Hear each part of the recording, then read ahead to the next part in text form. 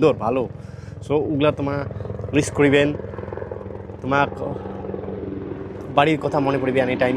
So এগুলা সব কিছু ভাবিয়া ডিসাইড করবেন। সো প্রথম স্টেপ পার হয়ে গেছেন, তাহলে সেকেন্ড স্টেপত আসিম।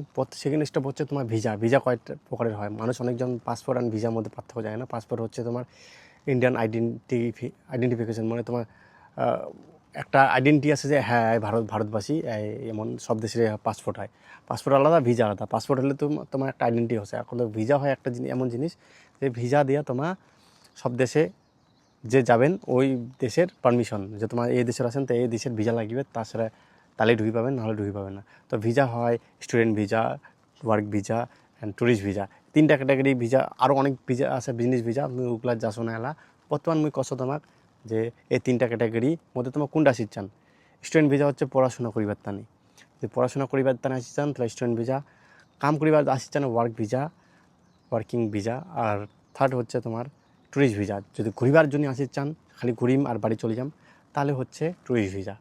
সো এলামই কম স্টুডেন্ট ভিসা, ট্যুরিস্ট ভিসা আর ওয়ার্কিং ভিসা।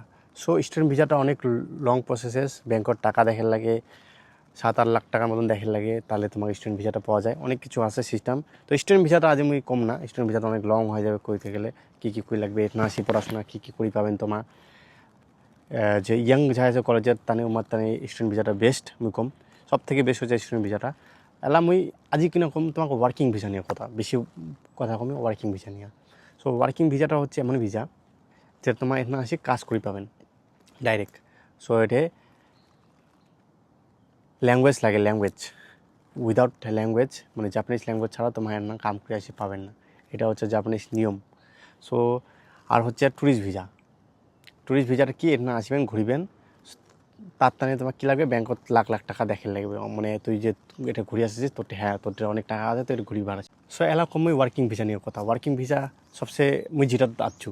সো ওয়ার্কিং ভিসার টানে তোমার কী করে লাগবে, জাপানিজ ল্যাঙ্গুয়েজ ইম্পর্টেন্ট। আর এলা আরও বেশি হার্ড হয়ে গেছে, এলা যদি তোমার কাম করে আসি চান তো জিএলপিটি N2 লেভেলে লাগে। মানে N2 লেভেল মানে এমন মুই যে এলার কথা কছ জাপানিজ মানে রাজবংশী দিয়া, তো এমন টাইপের মানে কনভারসেশন তোমার লাগবে যে এত স্পিডে কথা কছ, এত এমন টাইপের ল্যাঙ্গুয়েজ শিখি লাগবে, তাহলে তোমার। আর জাপানিজ ল্যাঙ্গুয়েজ এমন হার্ড ল্যাঙ্গুয়েজ কি কম, কাঞ্জি তোমার হিরাকানা কাতাকানা এত হার্ড, মোক 3 বছর লাগে গেছে শিখিতে জাপানিজ ল্যাঙ্গুয়েজ।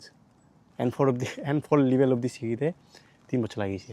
তো লেভেল হচ্ছে কেমন, জাপানিজ লেভেল আছে 5টা লেভেল আছে, N5, N4, N3, N2, N1।